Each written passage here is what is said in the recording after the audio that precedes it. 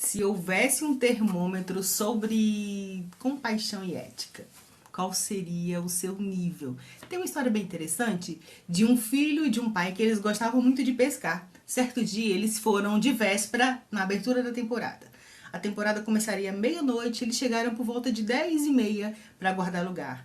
Então o filho disse: pai, eu posso inaugurar a minha vara de pescar? O pai disse: pode, testando, treinando. Ele disse: pai, senti um peso grande na vara, é um peixe grande. O pai olhou e sentiram, realmente era um peixe muito grande. O filho disse: papai, nunca eu vou conseguir pegar um peixe desse.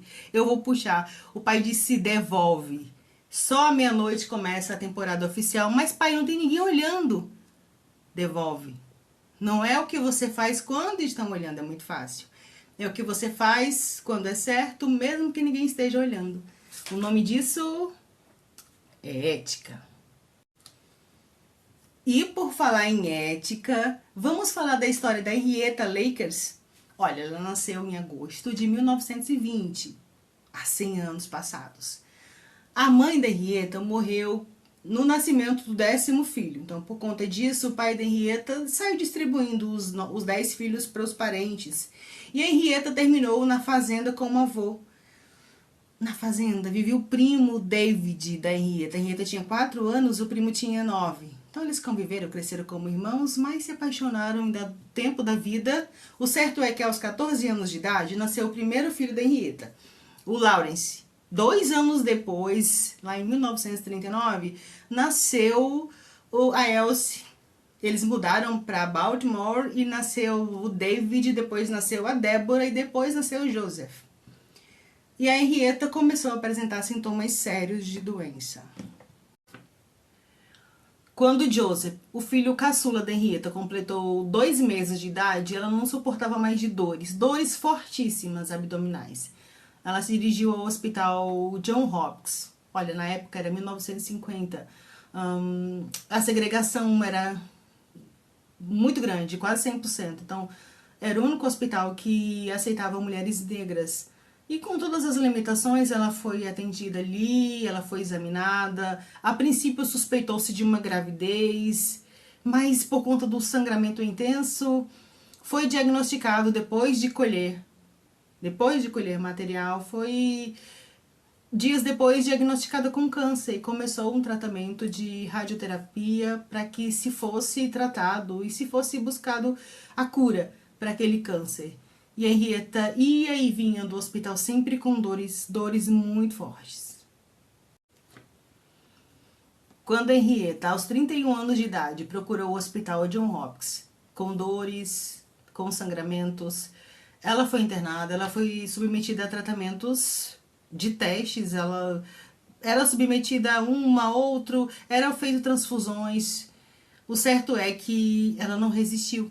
E em agosto daquele ano, a Henrietta veio a falecer. Gente, a Henrietta faleceu e sequer teve direito a um túmulo digno.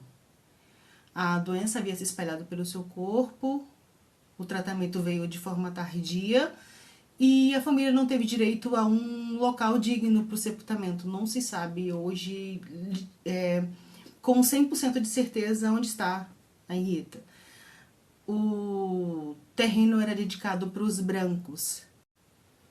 O túmulo da Henrietta não foi marcado. Mas sabe o que foi marcado? A vida dela, é imortal. Sabe as amostras que foram tiradas para testes na época das biópsias todas que foram feitas para testes e para ver o que estava acontecendo com ela, o que ela tinha de doença? Essas amostras foram tiradas do corpo da Henrietta de forma não autorizada e de teste em teste, foi descoberto que eram células diferenciadas, como nunca existiu. As células que serviam de testes eram células que tinham uma vida limitada. Então, tirava as células das pessoas e testava, e aquelas células, cada vez que elas se multiplicavam, elas iam ficando fracas até morrerem. Mas o contrário das células da Henrietta, era totalmente o contrário. E por falar em células, as células da Henrietta Lakers a Hitler, ficou conhecida mundialmente. Amostras da Hitler eram enviadas pelo correio ao redor do mundo. A indústria médica começou a trocar, os pesquisadores, os cientistas começaram a trocar e a pesquisar e a ficarem totalmente admirados como é que uma célula não morria, se multiplicava cada vez mais forte. A enzima, que é responsável pela ativação da divisão, do encurtamento dos telômeros, ficou abismada, porque é o natural do envelhecimento após a multiplicação, mas da Hitler não, ficava mais forte.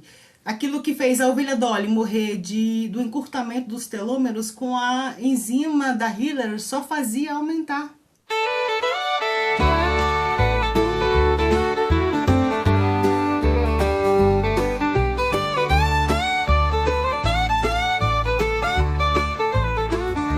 Aí você pode pensar, nossa, que maneiro! Ela perdeu a vida, mas ajudou a ciência. Porque até os dias de hoje é possível você comprar mostras da célula Hitler. A célula Hitler ela foi misturada com outras células. Tal benefício ela trouxe. Vamos falar o que a célula Hitler fez? Ela ajudou a criar vacinas. A indústria farmacêutica, a indústria de cosméticos, ela ajudou, por exemplo, a desenvolver a vacina contra a poliomielite. Ela ajuda muito na pesquisa para todos os tipos de câncer, radiação de tecido vivo. Ela ajuda no mapeamento genético, tudo isso da célula Hitler. Ela ajuda a testar a sensibilidade humana, ajuda no testes de remédios, componentes químicos, radioterapia, quimioterapia, pesquisas sobre a tuberculose, HPV, HIV, leucemia. Gente, o Covid-19 houve uma participação ativa e indispensável das células Hitler. Existe planeta com o nome da Henrietta Lacks. Tal a importância dessa mulher na indústria médica e na indústria de pesquisas. Mas a família da Henrietta, por muito tempo, não soube dessa importância. Por muito tempo, eles viveram de forma pobre, de forma apertada ali, enquanto todo mundo ficava rico com as células da Henrietta, uma mulher preta que morreu de forma negligenciada em um hospital. Ética. Existe uma mulher chamada Rebecca Slot. Ela é escritora e decidiu escrever sobre a vida da Henrietta. Desfrutamos de tantas coisas, tantas descobertas da tecnologia e nem sabemos o quanto custou para quem descobriu. E a Rebecca chegou na família da Henrietta e disse, você tem uma mãe, você tem uma avó, que mudou a ciência e nas suas veias corre o DNA imortal da Henrietta. As homenagens vieram, o reconhecimento veio, estátuas, dia da Henrietta, nome de universidades. Memoravelmente existe hoje o túmulo da Henrietta. A ciência e a ética. A ética. Custa, mas vale.